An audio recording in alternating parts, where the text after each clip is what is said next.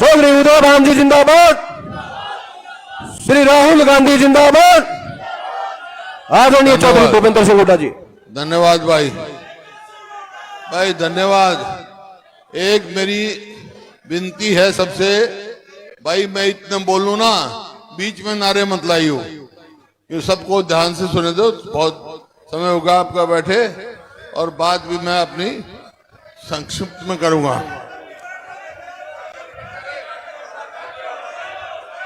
हरियाणा प्रदेश Congress committee के माननीय अध्यक्ष चौधरी उदयभान जी, जिनके आपने विस्तृत विचार सुने हर मुद्दे पर, और यहाँ से रोहतक लोकसभा के नवनिर्वाचित हमारे सांसद सतपाल ब्रह्मचारी जी, और हरियाणा प्रदेश के पूर्व अध्यक्ष चौधरी धर्मपाल मलिक जी, हरियाणा विधानसभा के पूर्व अध्यक्ष हमारे भाई पंडित कुलदीप शर्मा जी, हमारे वरिष्ठ विधायक चौधरी जगबीर सिंह जी, हेडमास्टर है भाई एमएलए का, और यहाँ सोनीपत से विधायक सुरेंद्र पवार जी, जयवीर वाल्मीकि जी विधायक, भाई बालू जी विधायक, और पूर्व विधायक हमारे साथी दैया साहब,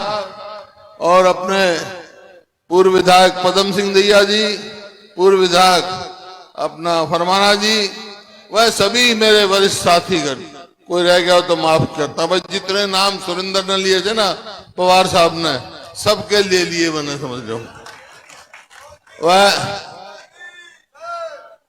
वह उपस्थित सोनीपत से मेरे बुजुर्गों, नौजवान साथियों, व मातृशक्ति और दिन रात मेहनत करने वाले मेरे साथियों, देखिए सबसे पहले तो मैं आप सबको हार्दिक बधाई भी देता हूं और धन्यवाद भी देता हूं, जो लोकसभा के चुनाव में सोनीपत की सीट आपने जिता के भेजा। ये भाई पिछली बार रह गई थी, ये मेरे मलाल, दिल में मलाल था, सोनीपत की नहीं आनी चाहिए थी, लेकिन आपका वो मलाल तुमने खत्म कर दिया, जिता गए। मैं आपको बहुत बहुत हार्दिक बधाई देता हूं।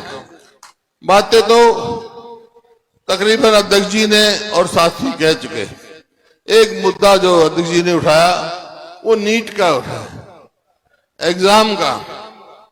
एक नेट होता है, नेट तो आज कैंसिल कर दिया, नीट रह गया। ये खिलवाड़ हो रही है, हमारे जो युवाओं के भविष्य के साथ खिलवाड़ हो रहे हैं, जिस किस्म के हैं। हरियाणा में भी यही तमाशा हुआ है, कभी सीईटी, कितने पेपर लीक, इस प्रकार से रोजगार योजना बना रखी है, कौशल रोजगार निगम, उसका कोई काम नहीं, ना तो मेरिट है उसमें, ना रिजर्वेशन है, ना और कोई बात है, ना उसकी पेंशन है, भ्रष्टाचार का अड्डा बना रखा है। हमने ठेकेदारी खत्म करी है, ठेकेदारी शुरू है, मैं इन बातों पे आऊंगा। तो आज तो सब पूरे देश में कांग्रेस पार्टी इस बात का कर रही है, जो नीट जो है, इसके बारे में केंद्र सरकार अपना मुंह खोले और फैसला ले, भविष्य के साथ, बच्चों के साथ खिलवाड़ ना करे। भाई बैठ जाओ एक मिनट। आज देखिए, एक मोर्चा तो तुमने मार लिया भाई, लोकसभा की सीट तो जीत गए, ई बगले मोर्चे की तैयारी कर लो, 3 महीने के बाद तो चुनाव है, ये कहने आया हूं। ये और वो कैसे होगी, हमारे अध्यक्ष जी ने बता दिया। 2 काम करने तुमने मोटे तौर पर। क्या? एक तो घर घर जाना है, आप ही लेके जाओगे ना, ये बताना है कि बस 10 साल में इस सरकार की क्या विफलताएं हैं, क्या किया इसने। अरे जो प्रदेश 2014 में जब हमने सरकार छोड़ी, प्रति व्यक्ति आय में, प्रति व्यक्ति निवेश में, खेल खिलाड़ी में, कानून व्यवस्था में, नौकरी देने में पूरे देश में नंबर 1 था। आज 10 साल के बाद हमारा हरियाणा कहां है, किस चीज में नंबर 1 है? आज हम हैं बेरोजगारी में, महंगाई में, और भाई जो अपराध कितनी तेजी से बढ़ रहे हैं, रोज फिरोतियां देख रहे हैं आप, मारे जा रहे हैं।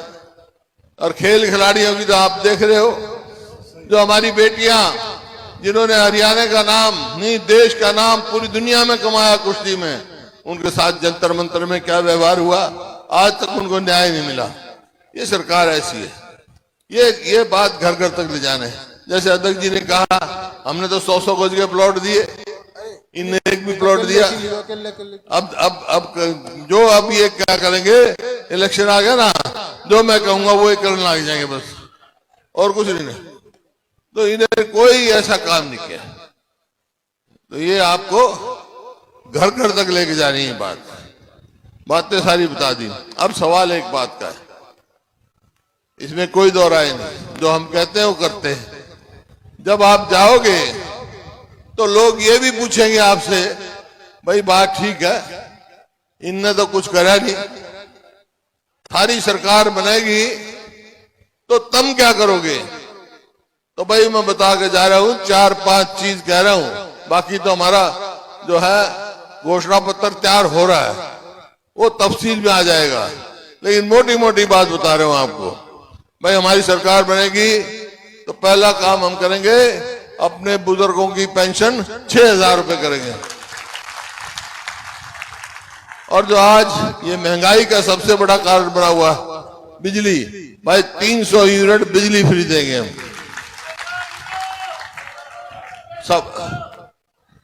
सब जो है। आजकल भाई गैस के चूल्हे पर रोटी पकाएं।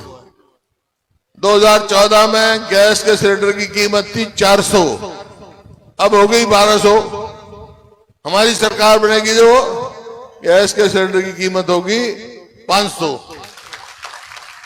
और ये 10 साल तक इन्होंने जो कौशल रोजगार निगम बनाया है ना, जो धोखा दे रहे हैं लोगों के साथ, खिलवाड़ कर रहे हैं, उसका नतीजा ये है कि आज 2 लाख पक्की नौकरी खाली है हरियाणा में। हमारी सरकार आएगी तो भाई 2 लाख नौकरी हम अपने बच्चों को लगा के देंगे। इसी प्रकार से जो अध्यक्ष जी ने बताया, 100 गज के प्लॉट गरीब आदमी के थे हमारे, 4 लाख के करीब तो हमने दे दिए थे, 3 लाख और चिन्हित कर दिए थे, लेकिन रात स्कीम बंद कर दी। महात्मा गांधी ग्रामीण बस्ती योजना के साथ हमने चलाया था। तो भाई हमारी सरकार आएगी तो फिर हम वही स्कीम लागू करेंगे, एक के प्लॉट के साथ 2-2 कमरे का मकान भी बना के देंगे उनको, गरीब आदमी को। हमारे गरीब बच्चों का जो वजीफा था वो इन्होंने बंद कर दिया। जो बैकवर्ड क्लासेस के लिए रिजर्वेशन क्रीमी लेयर थी वो 8 लाख थी हमारे समय में, इन्हें उसको घटाकर 6 लाख कर दिया ताकि किसी की नौकरी नहीं लगे। हमारी सरकार आएगी तो वे 8 लाख की से 6 लाख इन्होंने किया, हम 10 लाख करेंगे। और ये भी करेंगे जो मैं कह के जा रहा हूं ना, याद रखना, राजीकरण के लिए कह देंगे, करेंगे कुछ नहीं है। पर बनते देख लिया आपने, वायदा किया था कि किसानों की आमदनी हम दुगनी करेंगे 2022 तक, हुई भाई दुगनी? आमदनी तो दुगनी नहीं हुई, लेकिन खर्चा लागत दुगनी होगी भाई। याद कर लो, क्या डीजल का भाव था उस टाइम, क्या खाद का था, क्या कीटनाशक दवाइयों का था, आज कहां पहुंच गए। अब कल बताया अब धान की कीमत बढ़ा रहे हैं, पैडी की इतनी भी नहीं बढ़ा रहे, लागत जितनी बढ़ी। अरे 3,000 तो लागत है किसान की, ये मतलब दे रहे जो, तो ये तो इनका काम ये है, एमएसपी मिलती नहीं, किसान मांग करता है एमएसपी कानूनी गारंटी दो। हमने तो कहा था केंद्र सरकार में बनी नहीं हमारी, बनती तो कानूनी गारंटी देते हम उसकी किसान को। तो ये भाई किसी की नहीं, ये 10 साल में सरकार ना किसान की, ना मजदूर की, ना व्यापारी की, ना कर्मचारी की। आप देख लो, ऐसे ऐसे हालात कर दिए 10, ऐसे हालात कर दिए 10। हरियाणा में अस्पताल में जाओ तो डॉक्टर नहीं, स्कूल में चलाओ तो मास्टर नहीं, दफ्तर में जाओ तो कर्मचारी नहीं, सारी सड़क टूटी पड़ी है हमारे। मतलब इस 10 साल में 1 इंच मेट्रो नहीं बढ़ाई इन्होंने। यहां रेलवे कोच फैक्ट्री लग रही थी, वो भी चली गई। 1 इंच रेलवे लाइन नहीं बनाई इन्होंने जो हमारे टाइम की, वो कोई 1 यूनिट बिजली नहीं पैदा करी इन्होंने, कोई भी काम बता दो, कोई बड़ी यूनिवर्सिटी इन्होंने बनाई। सोनीपत में हम पूछ रहे हूं, आज आया हूं भाई, 10 साल में कोई यूनिवर्सिटी बनी यहां बड़ी? और हमारे टाइम में कितनी बनी थी और बन रही है? तो इस प्रकार से भाई इससे कुछ नहीं करा। तो ये बात आपको लेके जानी है।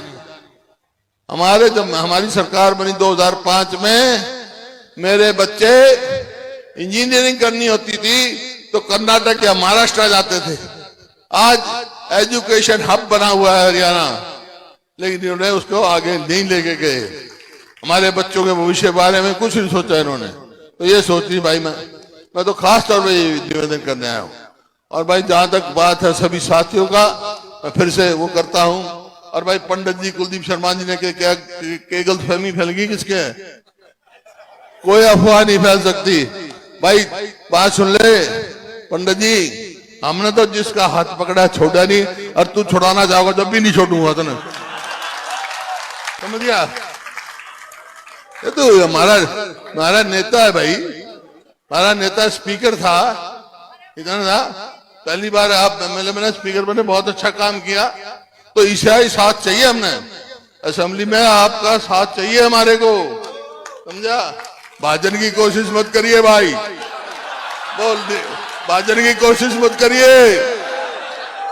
बोल करेगा आगे नहीं करे? हाथ मिला फिर, हाथ मिला फिर।